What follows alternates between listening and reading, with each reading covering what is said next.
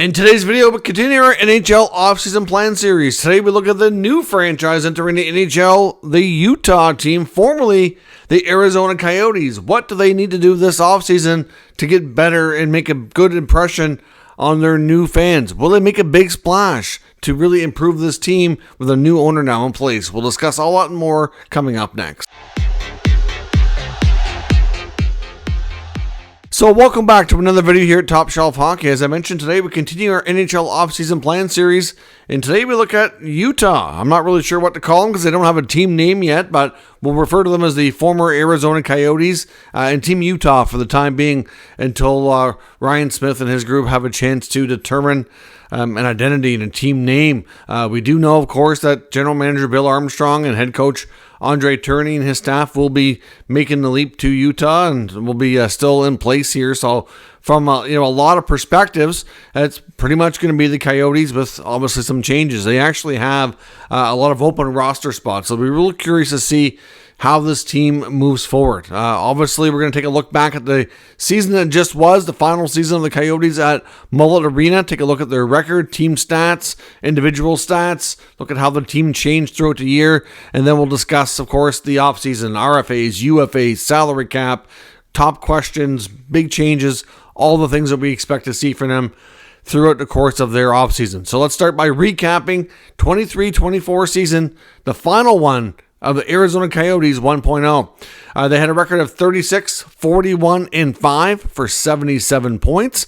Not the season they were hoping for, but at the same time, there was definitely some improvements on the ice.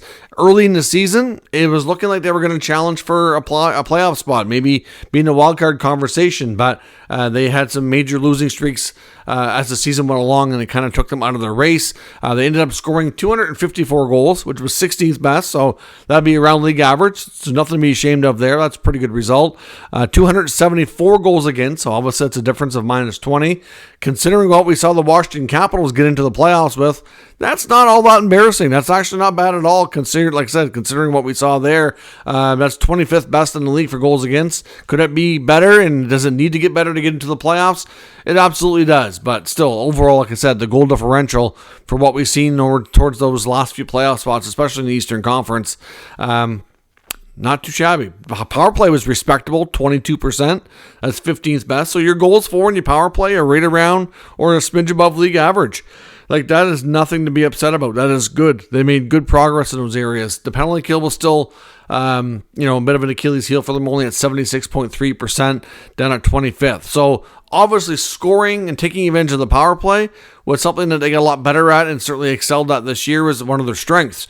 Keeping the puck out of their net, and obviously both at 5-on-5 and on the penalty kill continues to be a struggle. So that's going to be obviously an area of focus, how to get better defensively, but even offensively, there is room still to continue to get better there, but at least it's not as big of a need, as big of a deficit right now with their franchise. Looking at their top individual performances, of course, they were led by Clayton Keller, who put up 76 points. Nick Schmaltz was next at 61 points. Matthias Michelli at 57 points. Then we saw Nick Bukestad and Alex Kerfoot, who had both come in as free agents. Of course, Bukestad, I think, had a couple of tenures there, both at 45 points. Connor Ingram really seized the net, took over the starting job. I know at the beginning of the year was, a lot of people probably would have said that Vejmelka would have been the starter, but Ingram outplayed him at a record of 23, 21, and 3, 291 goals against, and a 907 save percentage. The fact that he had a winning record and his goals against was under 3 on a team that finished this low in the standings with a 907, that's extremely respectable. They get themselves a good goaltender there, and he's only going to continue to get better. He's certainly a little bit of a late bloomer. He went through a lot of stuff personally on and off the ice, and obviously it's finally coming full circle, and that skill set that he showed even as a youngster when he was first drafted is finally starting to take shape now in the NHL on a more of a full-time basis. Of course, we did see some in-season changes, nothing too shocking. As usual in the last number of years, we've seen the Coyotes sign a lot of one-year contracts for players that no offense to the market, but a lot of guys that just couldn't get what they wanted elsewhere. So they're like, okay, I'll take a one-year deal in Arizona. I'll get a chance to play a bigger role. try to prop up my stats and get traded to a contender at the deadline. That was a trend with this team, unfortunately, because they were always, for the longest time, out of the playoffs. So it's something we've seen a lot. But they did trade Matt Dumba. He went to Tampa for a 5th rounder. They traded Jason Zucker to Nashville for a 6th rounder, and they moved Troy Stetcher to the Oilers for a 4th. They couldn't get better returns on these guys because at the time, and under the previous ownership of Alex Barullo, they weren't allowed and really weren't able to retain money on any of these deals. Now, I think around that time, I don't know that things were definitely not far enough along to, insinuate that this move was coming. But I think it was at a point when discussions were at the very least kind of, early on. Like it was definitely in March when this came up. So I think, even before those conversations were more official, there was definitely concerns. There's no doubt. So taking a look now at their offseason and what to look at, let's start with the salary cap. They have more flexibility than just about any team in the NHL. So the new owners can do a lot of things with this team. They have $43.2 million in contracts. They do have a little bit of dead money built in there as well, and they only have 11 contracts on the books next year.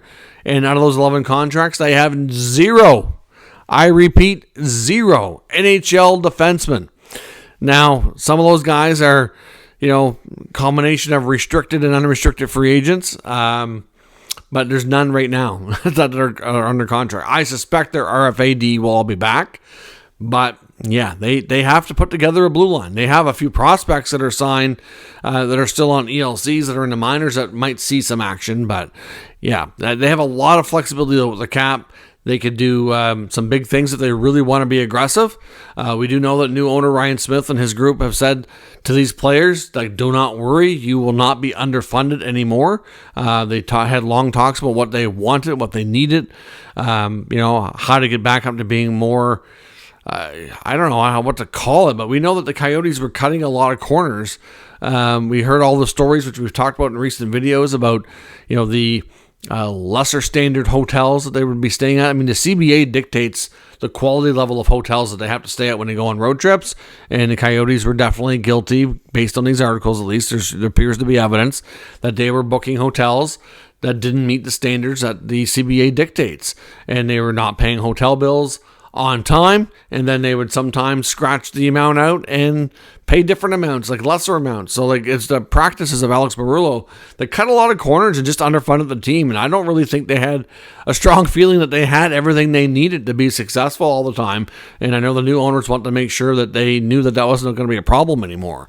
And all those things were going right up the window. So they seem prepared to spend. They seem prepared to not only make sure that everybody's get all the resources that they need at their fingertips to be successful and to do their jobs properly, but that they want to bring in some talent and move this team in a strong direction. There's a good foundation there. They have a lot of good young talent, and they need to build around those players. They need a combination of, obviously some veteran players. They've struggled for the longest time. To get free agents to go there on anything more than a 1-year deal, almost impossible. But now with a more stable owner and a brighter future, they might be more willing to do that. So they're going to have to, do some things this summer to fill out this roster. But first, internally, they have a number of contracts expiring. Their restricted free agent list includes Barrett Hayton, Sean Dursey, J.J. Mosher, and Juuso Välimäki. Like I said, I think all three of those defensemen, Dursey, Mosher, and Välimäki, will all be qualified and extend it. Dursey is, to me, a phenomenal, great young right shot D. I would be trying to ink him to a longer-term deal. Mosher's been pretty good for them as well. Välimäki's been good since he came back. Obviously, a player that was in this Flame system for a while. Obviously was... spent a lot of time in the minors, just didn't really get what he needed there, and then he gets to the Coyotes, and he has a chance to be a more significant piece. So I do think that those 3D will all be signed. Hard to say what the contracts will all be, but I do see them all being part of the future for sure. When it comes to Barrett Hayton, I would think he'd be qualified, but I'm not sure that's an absolute slam dunk given that it happens. He was a high pick, and he's really yet to put it all together and really realized the level of success at the NHL that a lot of people thought he would see. at least what he was drafted with. On the UFA side, you got Liam O'Brien, Josh Brown, Travis Dermott. I don't think Brown and Dermott will be back. I think they can find better quality depth than that on the open market. Of course, Liam O'Brien made a huge impression on the new fan base in Utah when they had that fan event shortly after the sale closed and the Utah move was official. Obviously he'll be forever remembered in that getting the microphone and talking to the crowd and saying that they can call him Spicy Tuna. He's got a big personality, plays a role for this team in the bottom six. And even though he's a UFA, I'm a little surprised he hasn't been signed yet. But I think a lot of that was the fact that ownership had kind of handcuffed the management group here and really doing much of anything until things kind of were more finalized and stable with what was going to happen. I don't think it made sense for Bill Armstrong to be signing contracts for players when they really didn't know what was going down for the past couple months. So there was a lot of uncertainty there. So now that we're officially in the offseason with the new owners, I suspect long before we hit free agency that really, because O'Brien's not going to be able to command big money. He's a role player, a depth player, but he's an important piece that can be very useful to them and be a crowd favorite. So to me, he probably gets, maybe a 2-year deal or something like that. It's not going to be long term. You don't give those guys super big term, and he's not going to be able to command big bucks. So it should be easy to get done. So I suspect he'll be signed. Of course, another big part of their offseason and what comes next is the 2024 NHL Draft. This team is loaded with picks. They have 13 picks this year, including multiple second and third rounders. They have 3 picks in each of those rounds. I don't expect them to pick 3 times in each of those rounds. So I would suspect that the Coyotes, former Coyotes, the Utah franchise, it's still hard to break that habit of calling them the Coyotes, will be busy. And I wouldn't be shocked if we see them maybe try to package 2 of these second rounders to get up back in maybe in the lower half of the first round or something like, or maybe they bring in some other NHL ready talent that can join the roster and impact things right away.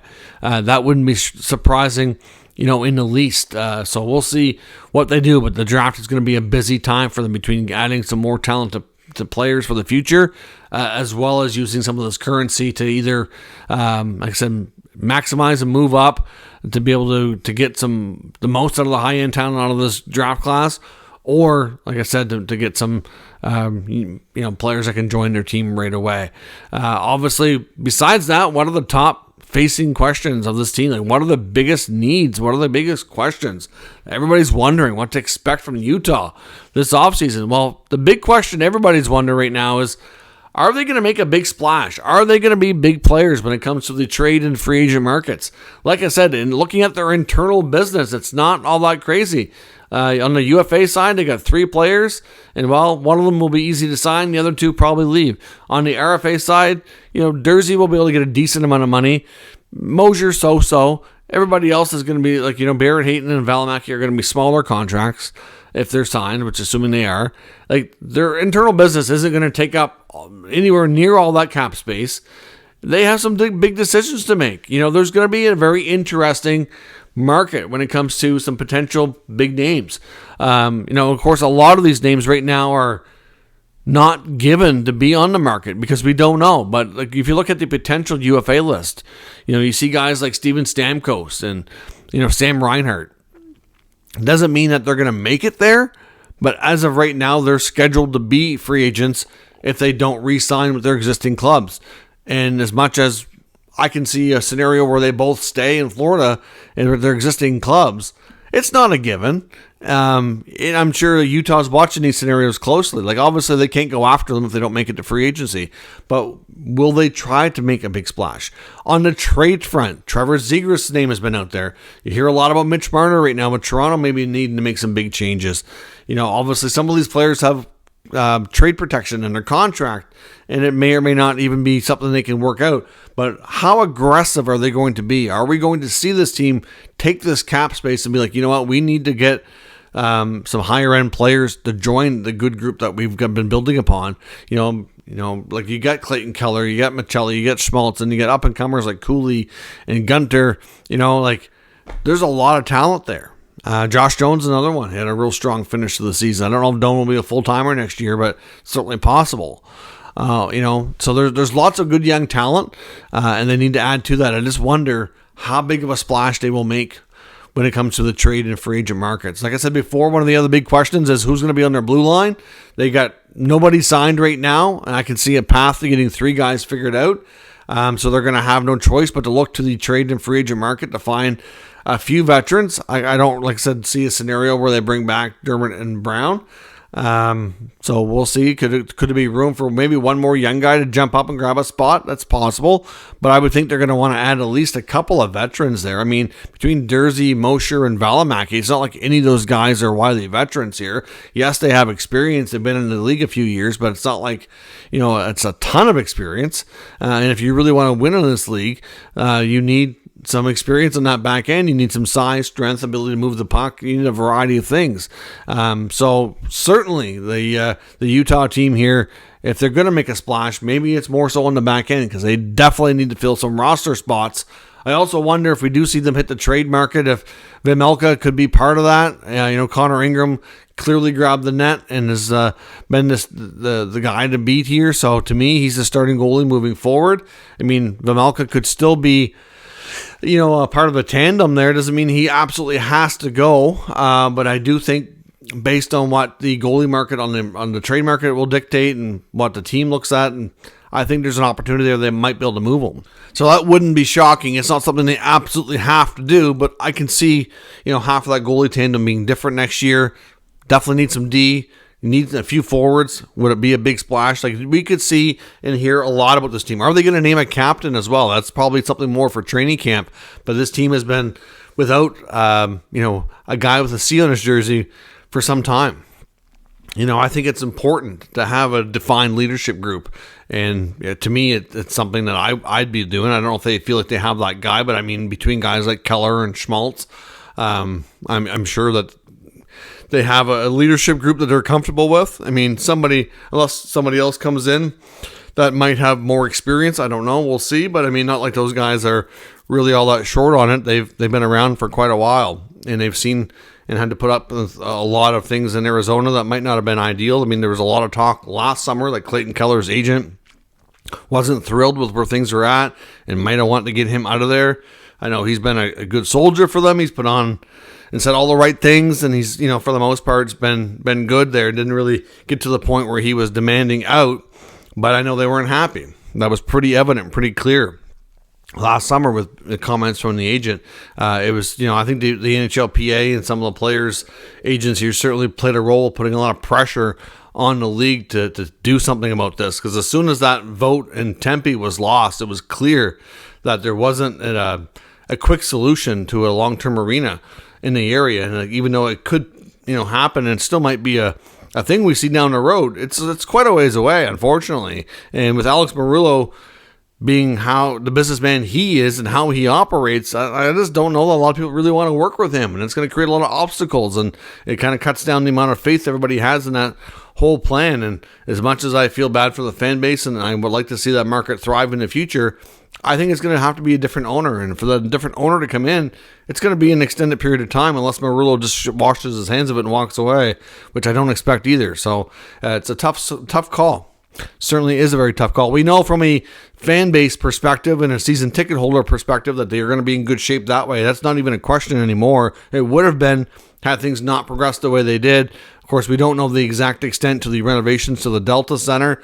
They're supposed to have it ready for 12,000 fans for the beginning of this season, which is a big jump from Mullet Arena. And the goal is to get it up to 17 over the next couple of years. Every year, I think they're probably going to be doing some renovations in the offseason for the next few years. So yeah, there's definitely lots of things coming there. But I expect this Utah franchise, whatever it be named, is going to make some big moves this offseason. And I think we're going to see a whole different team on the ice next year with a lot of the key pieces that were, in the Coyotes family that the fans there were sad to see. And unfortunately, I think there's a lot of potential. It's going to be tough on those Coyotes fans. I really think this team can have a quick turnaround like we saw the Nordiques to the Avalanche.